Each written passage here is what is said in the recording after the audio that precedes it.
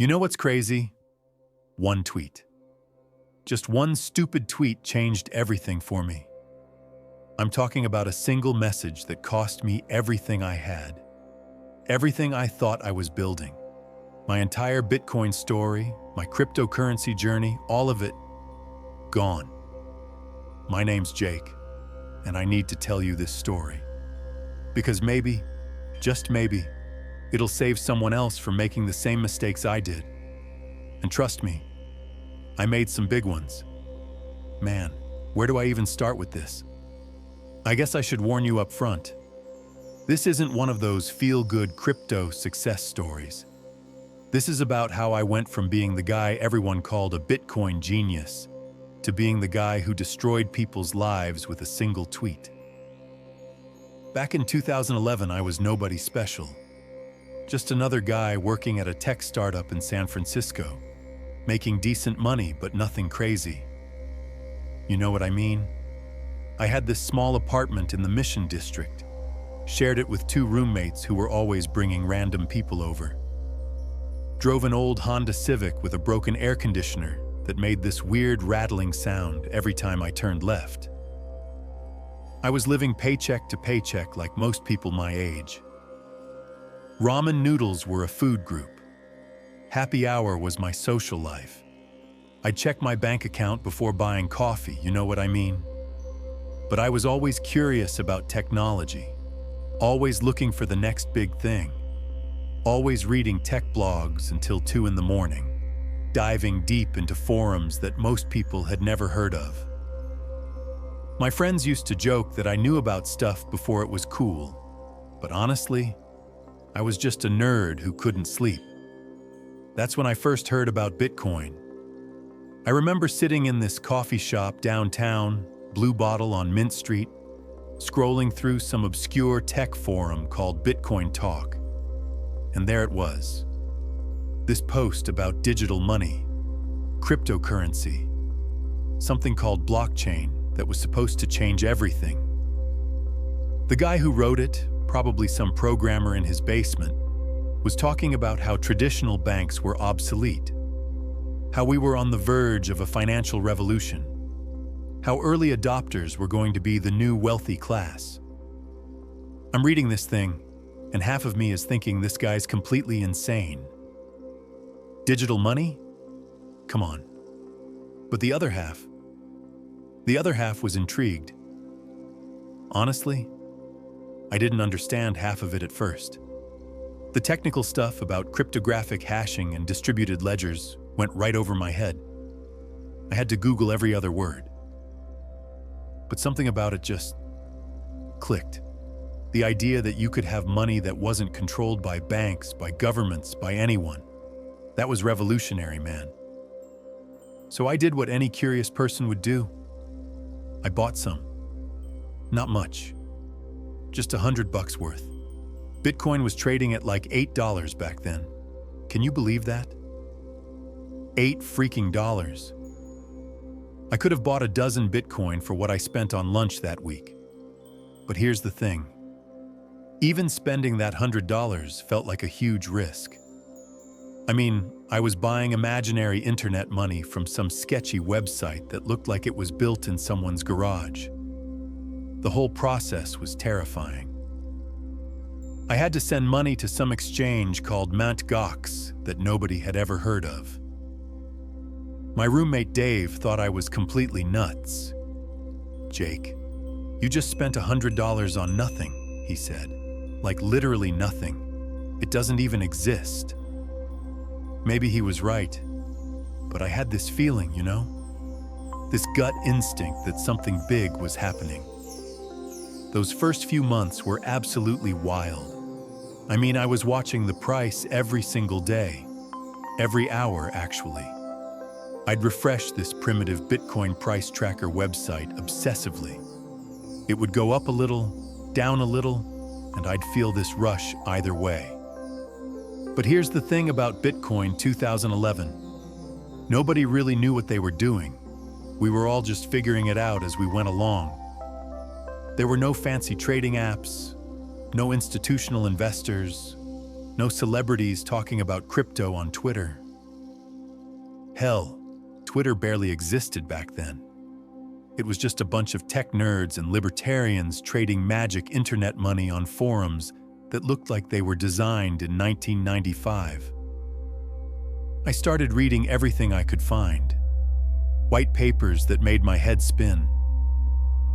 I must have read Satoshi's original Bitcoin paper like 50 times, and I still didn't understand half of it. Forum discussions that went on for hundreds of pages about mining difficulty and transaction fees.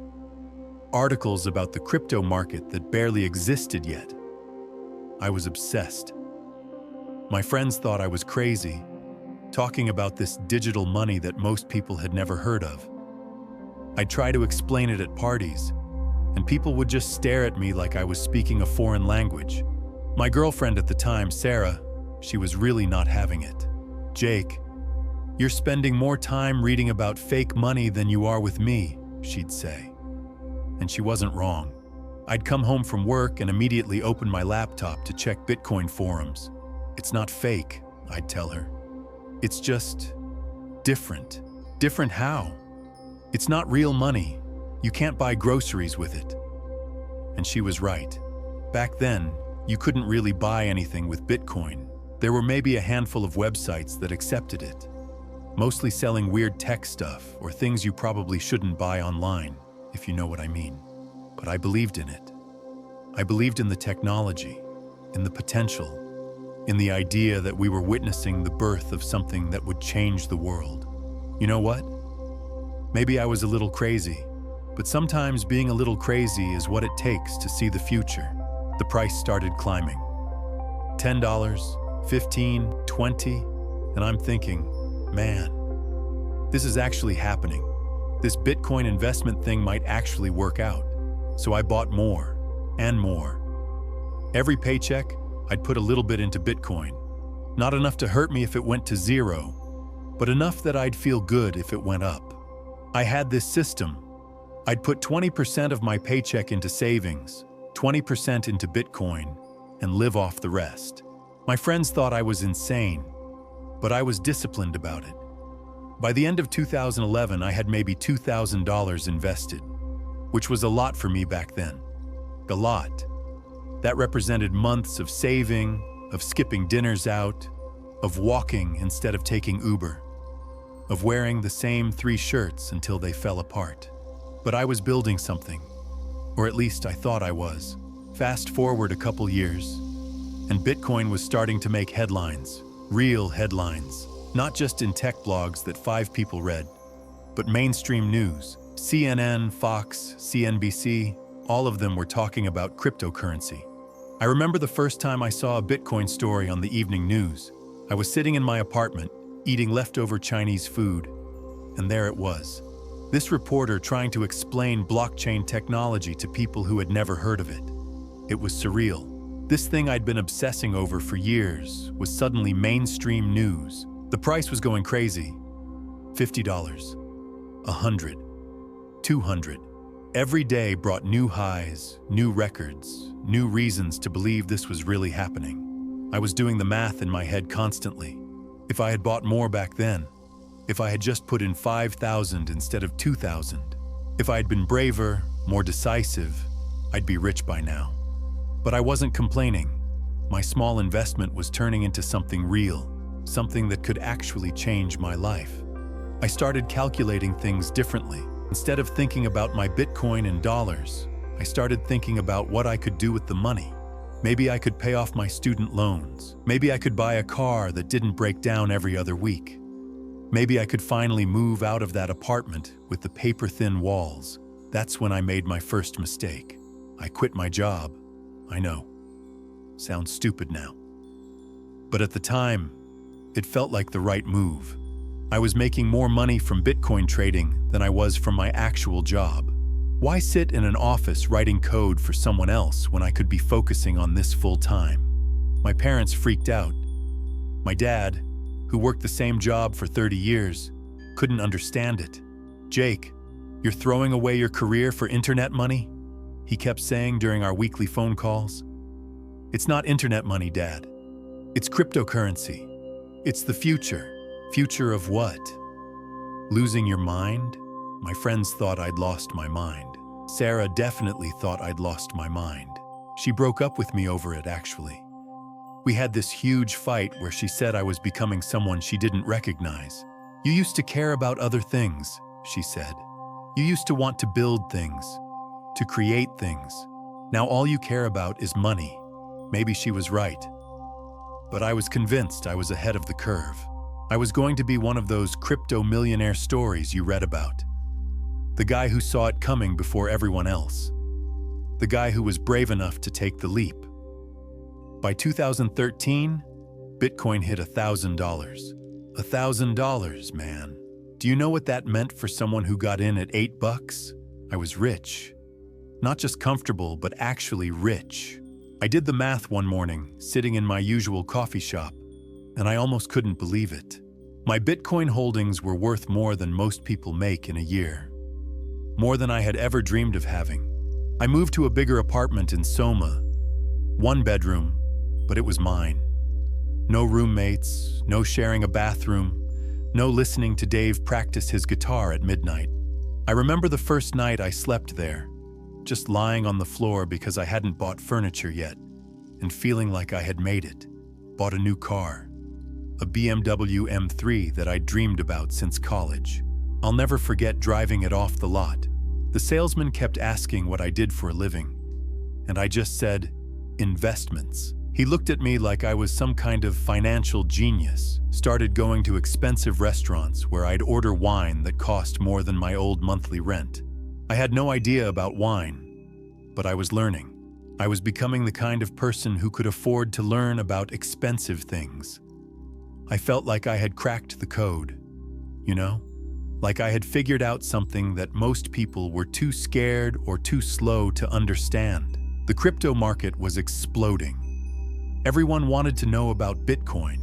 Everyone wanted to know how to get in. My phone was constantly buzzing with messages from old friends, distant relatives, people I barely knew asking me about cryptocurrency. Hey Jake, I heard you're doing that Bitcoin thing. Can you explain it to me? Jake, my brother-in-law said you made a lot of money with digital currency. How do I get started? And I became the guy. The Bitcoin guy. The one who saw it coming before everyone else. I started giving advice. Started a blog called Bitcoin Jake, where I'd share my thoughts about the market. My first post got like 50 views, but I was hooked. I was sharing my insights, my predictions, my analysis of the crypto market.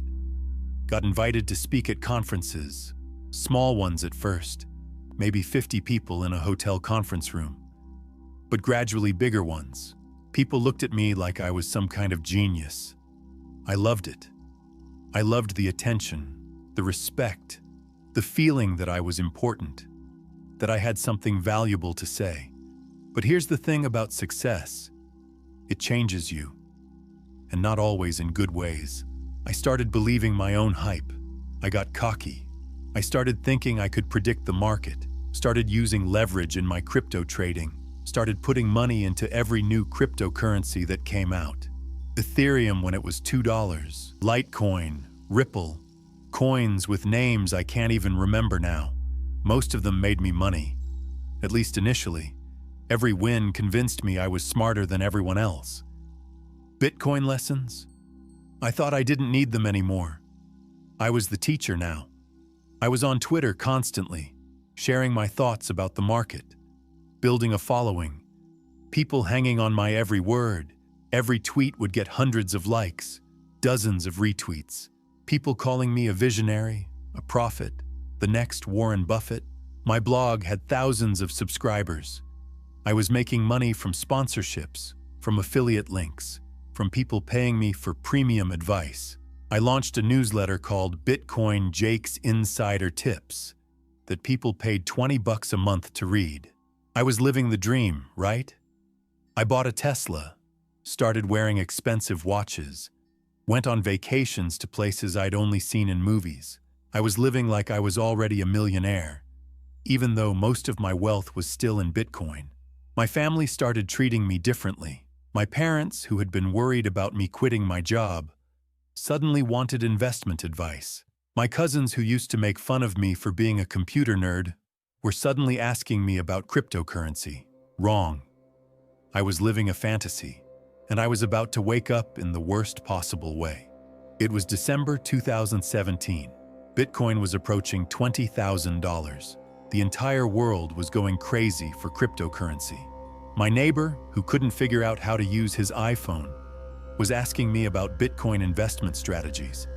Every day brought new stories. Bitcoin millionaires, regular people who had bought a few $100s worth and were now rich. The media was calling it the new gold rush, and I was feeling invincible. I had been right about Bitcoin when it was $8.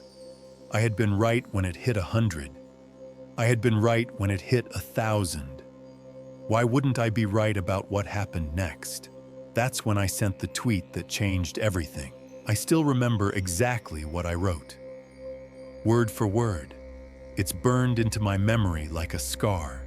Bitcoin is going to hit 50,000 by March. Put your life savings in now or regret it forever. This is financial advice. The train is leaving the station and it's not coming back. Trust me on this one. Financial advice. From a guy who dropped out of college and learned everything from internet forums. I hit send without thinking twice. Why would I? I was Bitcoin Jake. I was the guy who saw the future. I had been right about everything so far. Within hours, that tweet had thousands of retweets, hundreds of replies, people thanking me for the advice, people saying they were taking out loans, mortgaging their houses, emptying their retirement accounts because of what I said. Thank you, Bitcoin Jake. Just put everything into BTC. Let's get rich together. Sold my car and bought Bitcoin. To the moon. Jake, you changed my life. I'm all in, and I felt good about it. I felt like I was helping people. Like I was giving them the opportunity of a lifetime. I was getting interviewed by podcasts. People were calling me a Bitcoin prophet. I was invited to speak at bigger conferences. I felt like I was becoming famous. God, I was so stupid. What happened next was brutal. Bitcoin crashed, hard, from 20,000 down to 6,000 in a matter of months. The entire crypto market collapsed. Everything I thought I knew about Bitcoin, about cryptocurrency, about investing, it all fell apart. I watched my own portfolio lose 80% of its value. But that wasn't the worst part. The worst part was watching people who had followed my advice lose everything. Real people with real families, people who had trusted me.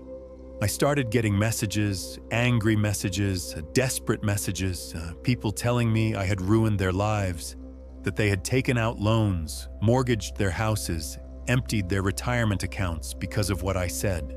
The first one came on a Tuesday morning.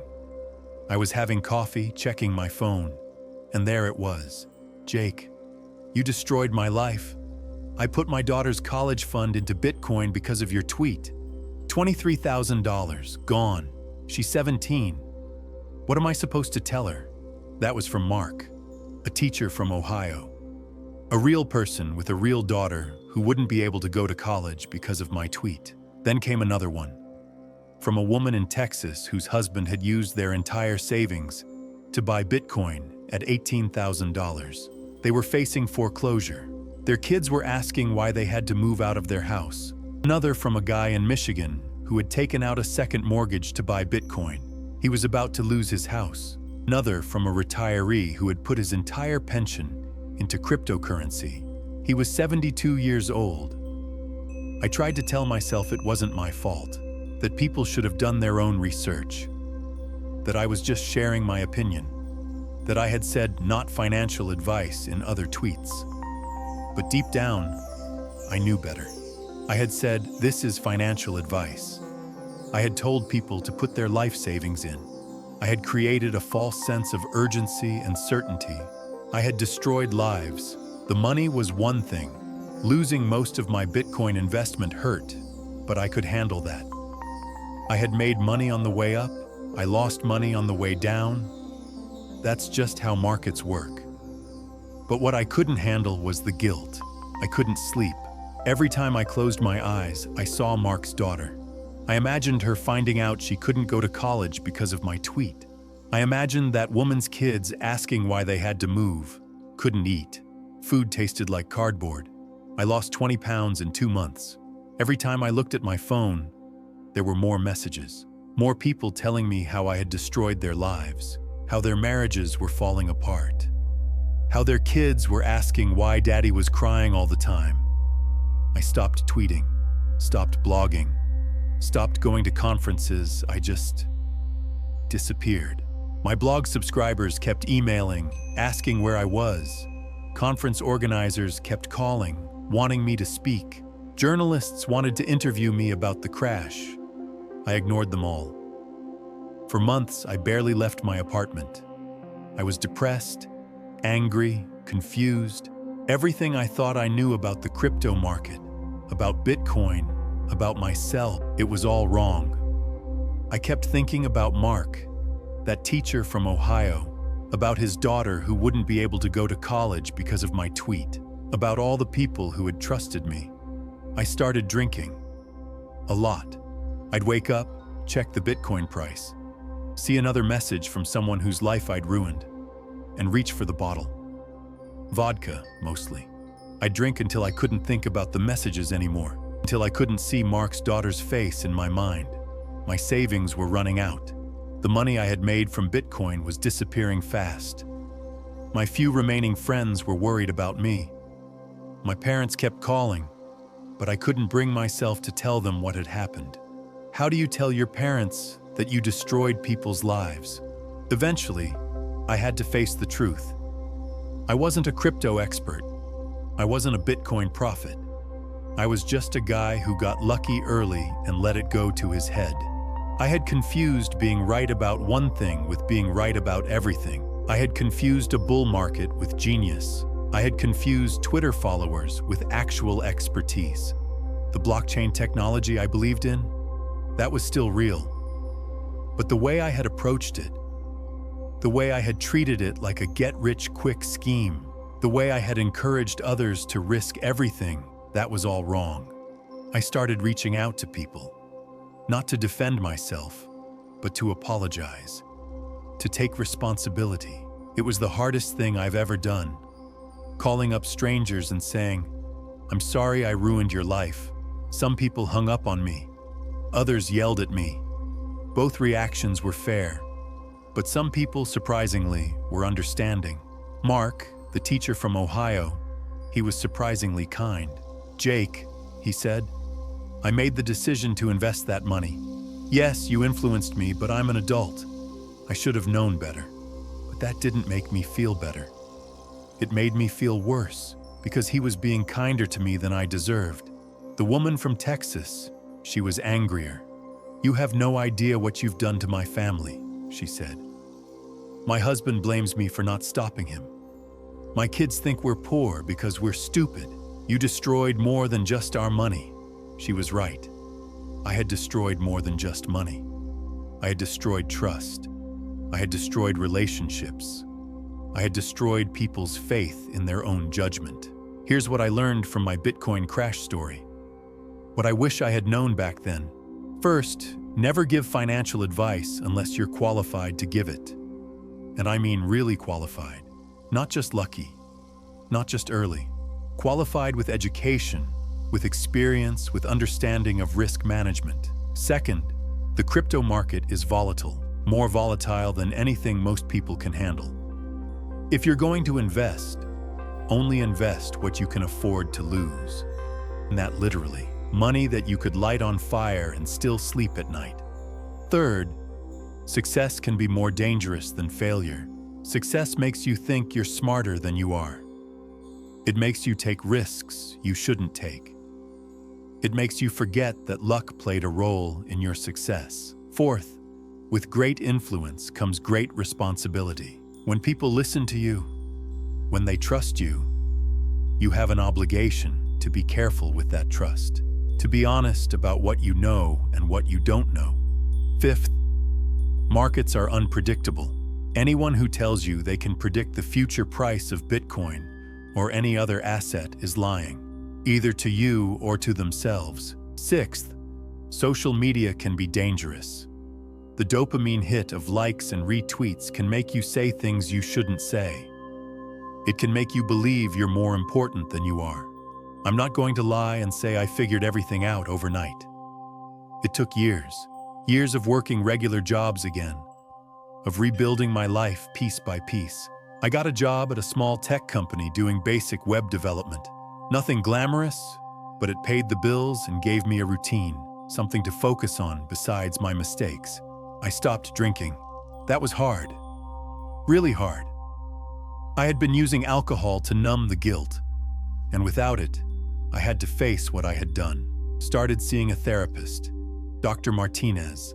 She helped me understand why I had been so reckless, so overconfident, so willing to risk other people's money. You weren't just trading Bitcoin, she said. You were trading your self-worth. Your identity became tied to being right about the market. She was right. When Bitcoin was going up, I felt like a genius. When it crashed, I felt like a fraud. But both feelings were wrong. I was just a person who had made some good decisions and some terrible ones. Started trying to understand why I'd been so reckless, so overconfident, so willing to risk other people's money. But I did learn something important. The technology behind Bitcoin, the blockchain, the whole concept of decentralized finance, that stuff is still revolutionary, still important. I just needed to approach it differently, more humbly, more carefully, more honestly. I started investing again, but with a different mindset. Small amounts, long-term thinking, no leverage, no get-rich-quick schemes, no public predictions. And you know what? It worked better than my old approach ever did. Today, I work for a cryptocurrency company, not as a trader or an influencer, but as someone who helps people understand the technology, someone who teaches them to avoid the mistakes I made. I help write educational content about blockchain technology, real educational content, not hype. I work with our compliance team to make sure we're giving people accurate information. I help design products that protect people from themselves. My job is to be the voice of caution, the person who says slow down when everyone else is saying go faster. I still believe in Bitcoin. I still think blockchain technology is going to change the world, but I approach it with the respect it deserves. And that respect includes respecting the people who are just starting their cryptocurrency journey, the people who are where I was back in 2011, full of hope and excitement and dangerous overconfidence. I try to be the person I wish I had met back then, the person who would have told me to be careful, to think about the consequences, to remember that there are real people behind every investment decision. If you've ever felt like you lost yourself chasing a dream, you're not alone. If you've ever made a mistake that hurt other people, you're not alone. If you've ever had to rebuild your life from scratch, you're not alone. If you've ever confused luck with skill or a bull market with genius, you're not alone. The crypto market will have its ups and downs. Bitcoin will rise and fall. New technologies will emerge and disappear. There will be more crashes, more bubbles, more people making the same mistakes I made. But the most important thing isn't predicting the next big thing. It's being honest about what you know and what you don't know. It's being responsible with other people's trust. It's remembering that behind every investment decision is a real person with real dreams and real fears. And it's never giving up on yourself, even when you've made the biggest mistake of your life. Because here's the truth. We all make mistakes. The question is what we do with them. Do we let them destroy us, or do we let them teach us? I chose to let them teach me. And that choice, more than any Bitcoin investment I ever made, changed my life for the better. You know what the hardest part is? Living with the knowledge that my success story became someone else's tragedy, that my moment of triumph was built on other people's losses. But I've learned that the only way to honor the people I hurt is to make sure it never happens again. To use my platform, whatever's left of it, to teach people about responsibility, about humility, about the real costs of financial recklessness. Drop your story in the comments. Maybe we can learn from each other. Because at the end of the day, we're all just trying to figure this out. And we're all better off when we do it together. Remember, invest responsibly, do your own research, and never ever risk more than you can afford to lose. The blockchain revolution is real, but it's not a get-rich-quick scheme. It's a marathon, not a sprint. And the only way to win is to still be in the game when it's over. That's my story. That's my Bitcoin ending. Not the ending I wanted, but the ending I needed. Thanks for listening.